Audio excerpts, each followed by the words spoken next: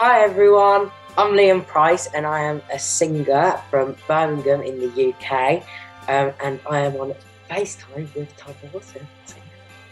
So with the holiday season upon us and COVID is still here, we all tend to gain some holiday pounds. And then after the holidays, we all turn to that W&W program. I love bread.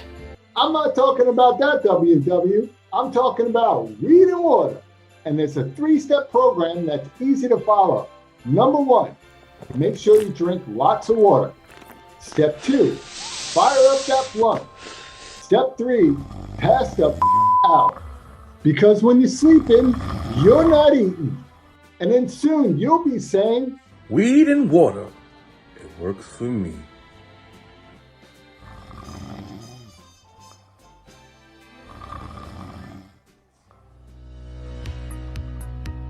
So my guest tonight is straight from the UK. He's an aspiring young artist and at 12 years old has made a major impact on the UK on ITV's The Voice, and will.i.am can definitely vouch for this kid. Let's take a look at a clip.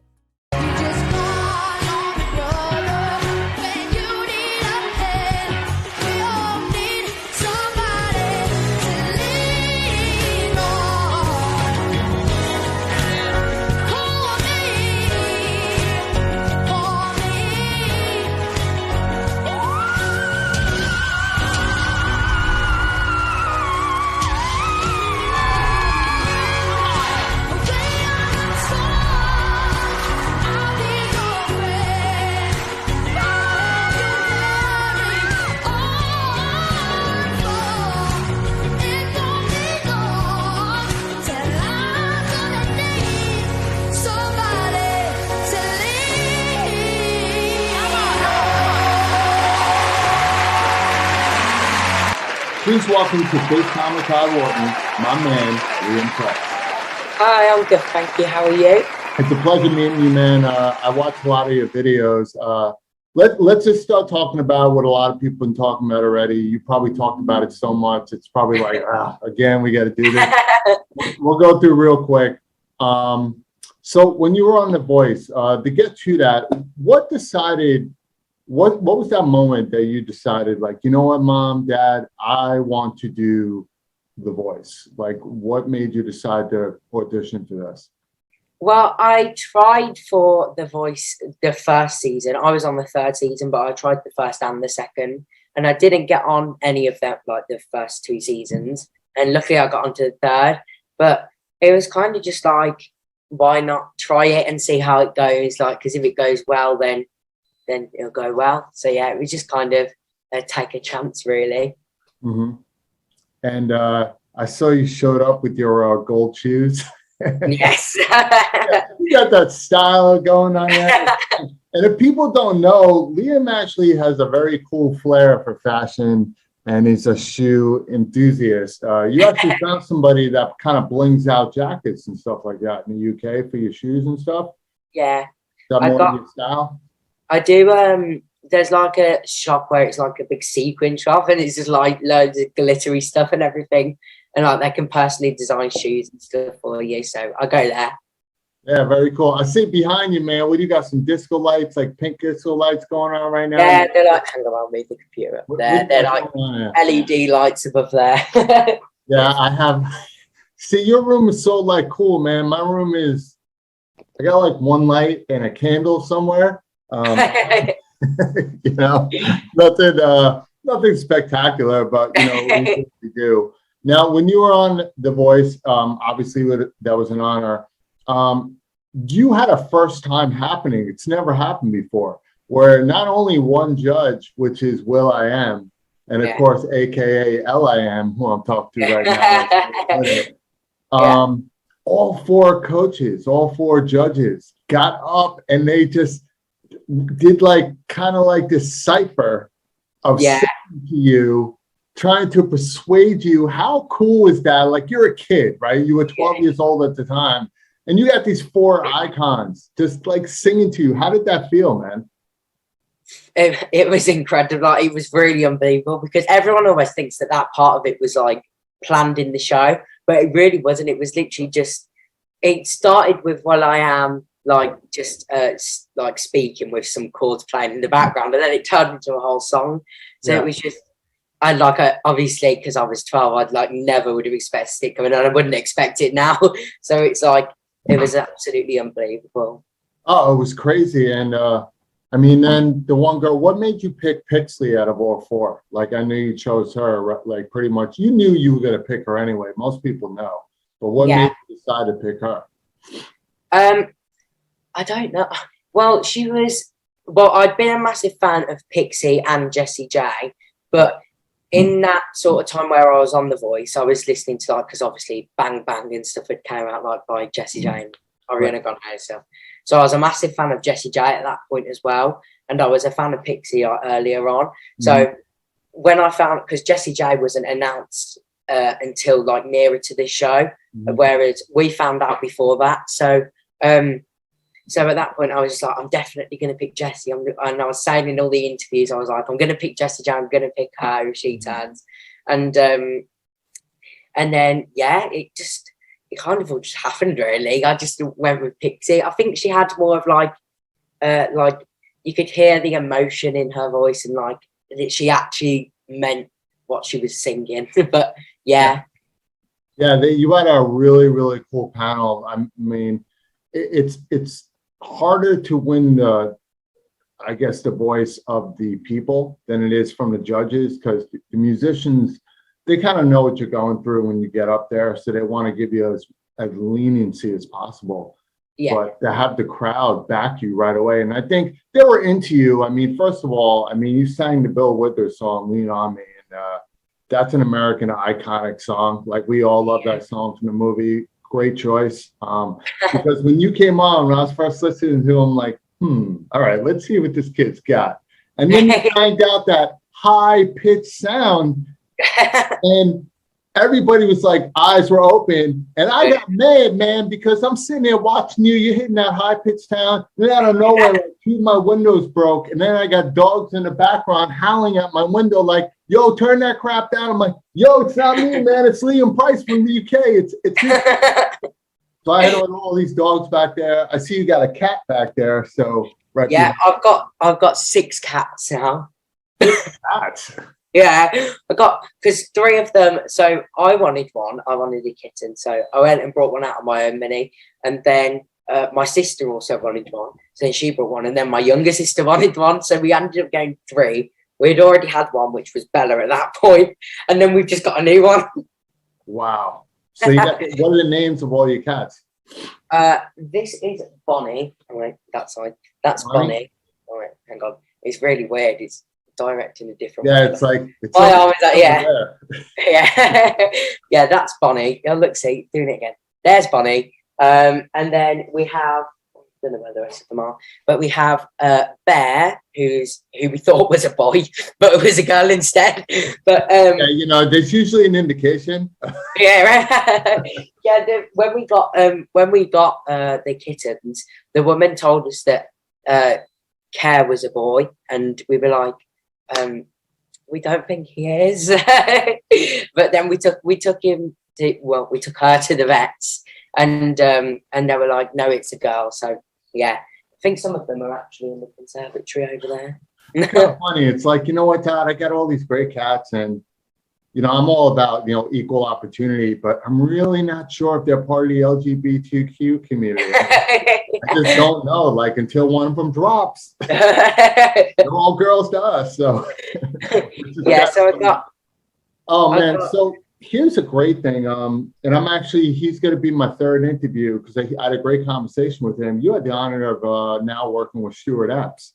Not only, he kind of coined a phrase for you, which is probably one of the most biggest compliments that somebody of your age, or of any age of that matter, could be compared to. Not only your style, your voice, but you got compared to Elton John.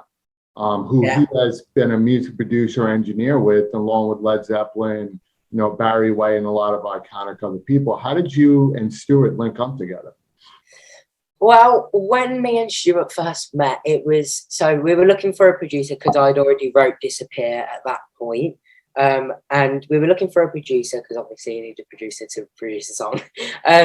But we were looking for a producer, and Mum found Stuart online, and she read about Stuart, like obviously that he'd worked for Elton John, and she thought he's never going to reply to me. But she sent the email anyway, and yeah, and he said a lot of people don't think that he'll reply, but he really does. Yeah, he was really happy to work with me. He loved the songs that I'd wrote, and yeah, so kind of just went from there really. And then I went to his house where he has a little studio, and that's where we recorded Disappear and stuff. So yeah. So all like the records and everything like that. Yeah. Pretty cool, right? Yeah. And you want to know something? It's amazing, just the way the industry is. No matter how talented you are, when you're a part of something, you need to be part of one thing. Whether you're connected with somebody big or you're on something big, that's what actually gets you onto a next level most of the times, unless you're related to somebody. So I'm sure when your mom emailed him, she definitely threw in, he was the semi blah, blah, blah. He probably watched their video and said, wow, this kid's great. And I don't know. Mom never tells me anything. I never even know when I have any gigs. Bring her in here, man. Bring your mom in here. We gotta talk. She's at work. I found out about this interview. So when it first came out, I found out that I was doing it like 3 days after that she was told that I was doing it. I was like, you haven't told me any sooner. Really? Yeah. I've been speaking with Mike Armstrong on and off for a while. Really good guy. You know, thank you, Mike, for connecting with us. So speaking of working with Stuart, you mentioned he loved your new song that you wrote. Tell me about the song, the title, the inspiration behind it. And it's actually a great song. I actually played it on one of your flyers when we did it on Instagram. So my new song, and it's out now. It was out on the 1st of November, so you can download and stream it now. It's called Disappear, and yeah, it's about. So I don't really write my lyrics from my perspective, because obviously I'm only a child. I haven't really been through that much like heartbreak and like Taylor Swift and Ed Sheeran and stuff. But I write it as like if it's from someone else's perspective. So it's like I wrote this song about like someone being in the background and like having a crush on someone, and then and like being too afraid to speak to the person, but then can't let them like disappear at the same time. Like, yeah, if you get what I mean. Oh yeah. Yeah, and it's a great song. And you know, it's funny, I was streaming to the internet today. You actually performed recently, was it at a mall or something like that? You were singing a Tina Turner song on a stage. It was like, I think it was a Christmas tree or something in the background. What was that all about? Yeah, that was yesterday. I was performing at Touchwood. So I live in Solihull in Birmingham, and there's like a little town called Touchwood, and I performed in the town centre there and did the Christmas light switch on. But that was really good, and I seen a lot of people that I knew there, which I didn't expect to see. But yeah, it was really good. It was really good. Yeah. Now the town you grew up in, thank you for saying that, Solihull. That's in I guess in the county of West Midlands, correct? Which in England, yes. Right? Yeah. So was there a lot of inspiration of you performing, singing, growing up that you found in that town? Or was it something that you just saw in other areas? Do you have this in your family? Yeah, so really it started so I went to go and see Ariana Grande a few years ago, and she kind of like inspired me really to like kickstart a music career, because I knew I always wanted to be a singer, but like I wanted to get it to like a well-known level, if you get what I mean. Yeah. And yeah, it's mainly just from watching people and stuff. So yeah, in Solihull there is a thing called Solihull Summerfest, and it's basically where acts like Alicia Dixon, Busted, Blue, and like loads of other acts, Diversity and stuff have all performed there. So yeah, Petawane, people like that. So yeah. Very cool. How did you enjoy Ariana's performance? Because she's a great performer, in my opinion. Oh, it was unbelievable. Like, she had all the backing dancers and everything. There was just smoke coming out everywhere. But yeah, it was really, really good. Really good. So are you starting to take dancing courses and stuff like that? Because one of the things I tell a lot of artists that I know here in the US, the ones that really last, like for a long, long time that are able to build songs are not so much singers, they're performers, they're entertainers. When people are paying, because now ticket prices, I think in America, minimums like $80 to $100, right? I don't know what that compares to England. It might be a little more, obviously, but I guess the attitude is, wow, somebody's got to pay $100 to come see me perform. The least I could do is learn how to be a better entertainer. Do you agree with that? Yeah, 100%. Yeah, I'm gonna start learning how to like that. Well, not really dance, but like put a whole show together, because I'm starting to do it because I go to a performing arts school anyway called BOA in Birmingham, and I'm on the music course there, so we put on a bunch of shows there. So it does help a lot as well. Very cool. Now you also went to the Pixie Academy School of Arts, correct? Yes, I did. Was that during when you were on The Voice, or was this after when you met Pixie in person? It was, so I think it might have been. I think it was just as The Voice was after I think it was the battles aired. After the battles aired, I went to Pixie's Academy. She asked me to go there, and that's really fun. It's every summer. I've been every summer since then, but it's really good. They do different themes every year, and she teaches us like vocal stuff and everything. So it's really good. Yeah. Yeah, I mean, it's great that not only you got to know like a really, really good performer, you know, she invited you to school. Now you can learn more professional how to do it, because singing's a natural thing. You either got it or you don't. Like I can sing, but I sing more in the shower. Yeah. You know, it's like, you know, even I boo myself sometimes, like, really, Todd, you can't hit that note. Just shower up and get out. Shower up and get out. But, I mean, you grew up doing this. I know, you know, at 16, you won open mics and all that stuff, which is on some of your press kits. You were the best young artist in the UK. You were voted, which is really, really cool. Are you looking to collaborate? Do you have any artists that have shown interest possibly doing collaboration? Because we all know collaborations help you sometimes get to that next level. Or is there somebody that you would love to collaborate with? Oh, I've had not anyone like well known contact me about a collaboration, but I mean, it's a very, very long shot. But yeah, like someone like it would never happen, but like Ariana Grande or something, then like if that was to happen, then like that'd just be insane. But yeah, I think just even like writing a song with one of their producers or something would be like great, I think, as well. So yeah, just someone like that, really, like that I look up to.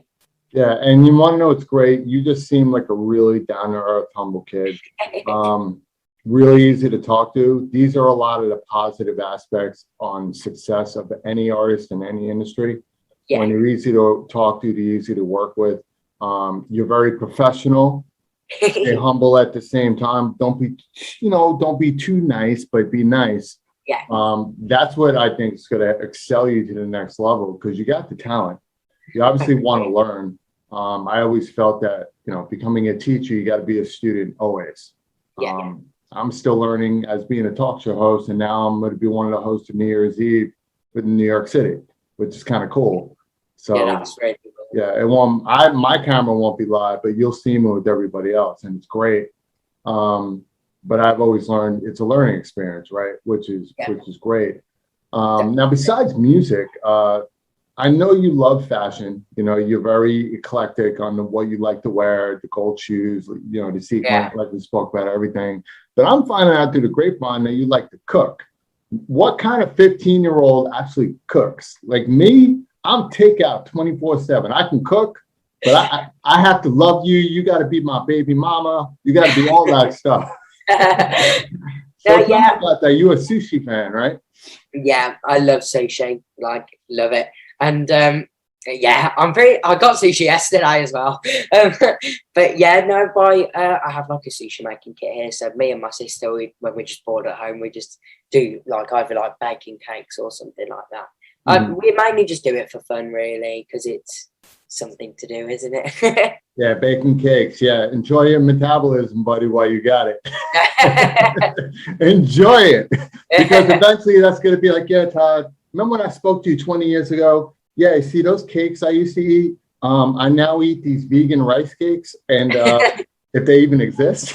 Oh my God, I actually have some vegan rice cakes in the cupboard. Really? That's hilarious. Like, what are the chances of me saying something like that and you actually having it? Well, I should have said like ring dings.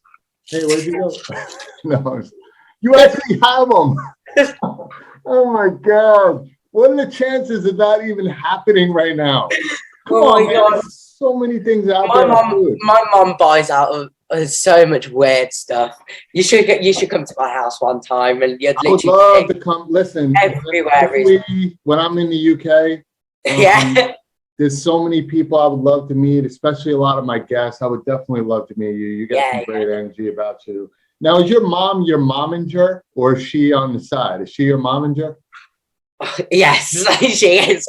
Yeah, no, she's really helpful. She always besides from not telling me what gigs I have and then telling me like the day before, no, she's really good. She's always supporting me everywhere I go and stuff, and making sure that I'm okay and getting all my stuff together. And I mean, just remember, you're under her roof, so she don't have to tell you jack. So when she'll be knocking on the door at 6 a.m. Hey, Liam, you have an interview in an hour, so wipe up, clean yourself, get the toilet paper out, and come on out here. And you're like, Mom, what are you talking about? It's like, put it on. And you're like, and listen, that's why work hard. And move out. And then your mom's gonna be like, hey, Lincoln, you'll be like, Mom, listen, I'm on my own now. You know what I'm saying? So you got to give me 24-hour notice. You got to call Mike Armstrong, my publicist, and let him know what's up. Yeah. You can contact me, and she'll be like, no, that's not happening. You're coming back home. You know, which is cool. So, Liam, what do you have coming up, brother? Because I know you're in the studio. I know you and Stuart are working a lot. Tell us what you have coming up that some of my audience can hear about. I've got quite a few gigs coming up, actually. I've got one on Christmas Eve, and I have one, I think it's next week, like a winter ball. It is for a charity called Baby Ava. But yeah, I do that there. I've done that for a couple of years now. And we're looking at releasing maybe a Christmas song this year for Christmas. Next year? What about this year? Yeah, this year. You said next year. Oh, did I? Like, that's like a really bad tease, bro. Like, hey guys, exclusive. I'm coming out with the Christmas song 13 months from now. So yeah, I'm looking at getting out a new Christmas song this year. And yeah, hopefully that goes well. So hopefully we can get that done in time. But if not, then it will probably be next year. But it'll most likely be this year. Oh, that'd be great, man. And I'm excited for you, and I'm happy for all the things that are happening for you right now. A lot of people do a lot of these great shows, and unfortunately, they think things get a pop off right away. And I think you're learning that's not how it works. You were given a platform that got your face out there. Now you got to use what God has given you, the talents and you know, all the accolades that came with that, and just expand from that. And I think you're going in the right direction. You know, your mom and dad seem like they're huge supporters of yours, which is awesome. You know, I mean, look, you got an LED lighted room with like 25 cats. You know, it's awesome. This is only the kitchen. Look, see, there's the kitchen over I thought this was in your room. I thought we're in your bedroom. Yeah, no, this is the kitchen. You want to see my bedroom? My bedroom is literally a light show. A what? A light show? Yeah, I could literally move my bed out of there and just put on a whole performance, and it would be great. Oh, you want to do that now? got a smoke machine as well. Let's do it, man. If you're down, if your mom will let you, let's do it. I'm down with that. I'll play you a song if you want. Sure. Why not? I mean, while are you going to get your stuff? Hey guys, while Liam is getting his stuff ready to go, we're gonna watch a clip of him on The Voice with all 4 judges giving him some props, trying to sway him in. Check this out. He need to join me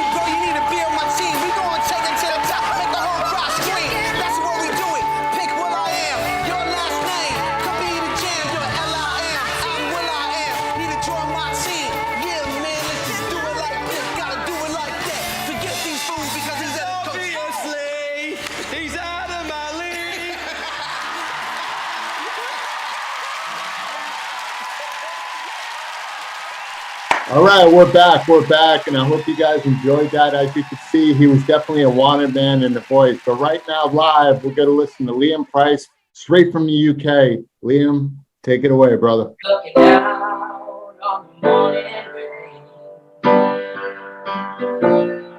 used to feel so uninspired. And I knew I had to face another day. Lord, it made me feel so tired. For the day I met you, life was so alive. You're the key to my peace of mind. 'Cause you made me feel, you made me feel, you made me feel like a natural woman. You make me feel, you make me feel, you make me feel like a natural woman. Oh, baby, what you done to me? I'm feeling so good inside. I just wanna be so close to you, you make me feel so alive. You make me feel, you make me feel, you make me feel like a natural. You make me feel, you make me feel, you make me feel like a natural woman.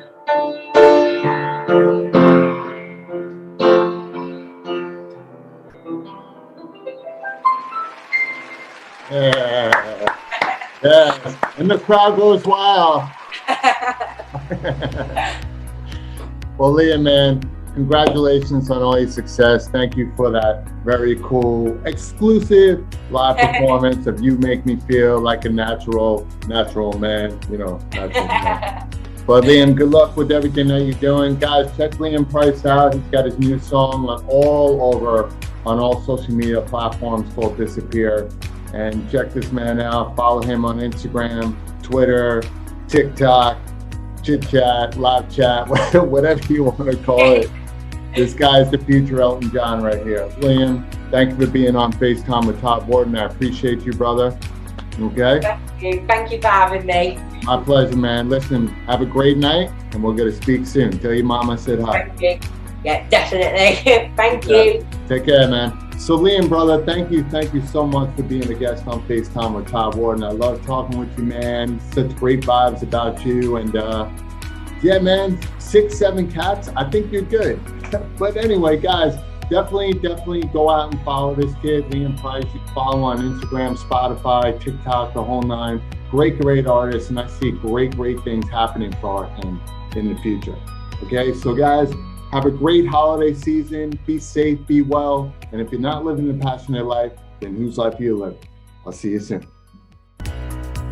Hey guys, thank you for watching. So the next time you're in the bathroom scrolling on your phone, why don't you stop on by our YouTube channel and subscribe? It's as easy as 1, 2, man, doesn't that feel good?